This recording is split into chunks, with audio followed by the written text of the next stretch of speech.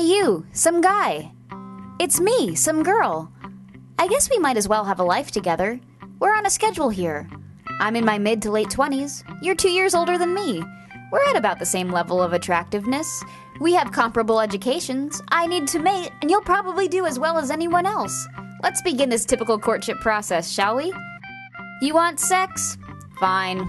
Roll around on me for a while. Whatever gets this moving. I guess we should go to some movies, and maybe a concert or two. That was nice. Now let's get in a fight and then make up. Good. Now let's go camping. While camping, let's take some pictures of us camping that we can hang up in our cubicles to remind us of the time we went camping. That will be a cherished memory. Okay, I guess it's time to move into an apartment together. Let's live in this apartment for a year. Let's go to a Memorial Day barbecue at my parents' house. Good. Time to get married.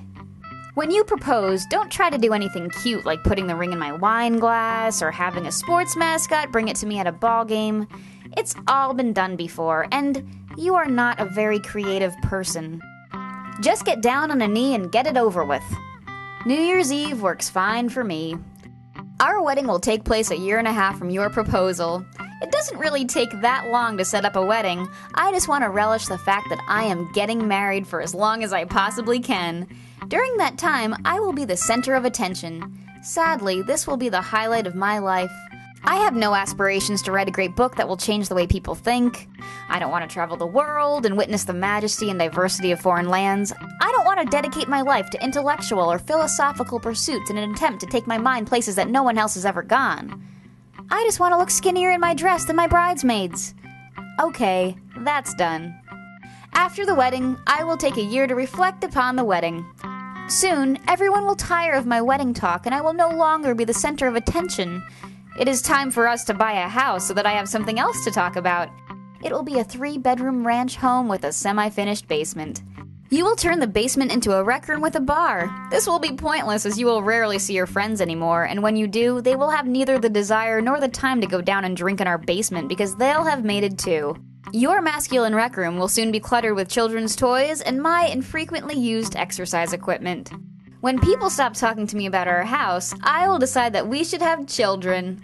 I will take the fun out of sex by incorporating science and scheduling our intimacy around my ovulation cycle. We will conceive. When I am pregnant, I will have something to talk to people about again, and everyone will pay attention to me. I will act as if I am the first pregnant person ever. Eventually, I will give birth, just as billions have done before me. Our children will be adequate, but not spectacular. You will want them to be athletes, but they will lack the size and skill. I will want them to be creative, but they will lack the talent and drive. We will move into a larger house to accommodate our growing family. You will build a deck off the back of the house that we will use twice a summer. We will briefly contemplate an above-ground pool, but in the end we'll decide against it, citing cost and practicality.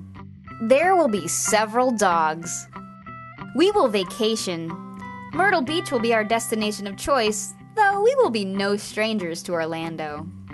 Our children will leave and we will move into a condo, citing cost and practicality. We will retire. Now the waiting truly begins. Our children will provide us with unremarkable grandchildren. We will photograph them and discuss them at length. You will die of heart complications. Your funeral will be relatively well attended and will last for just over 1 hour. Following it, some of us will go back to the condo where there will be a tray of cold cuts for sandwiches.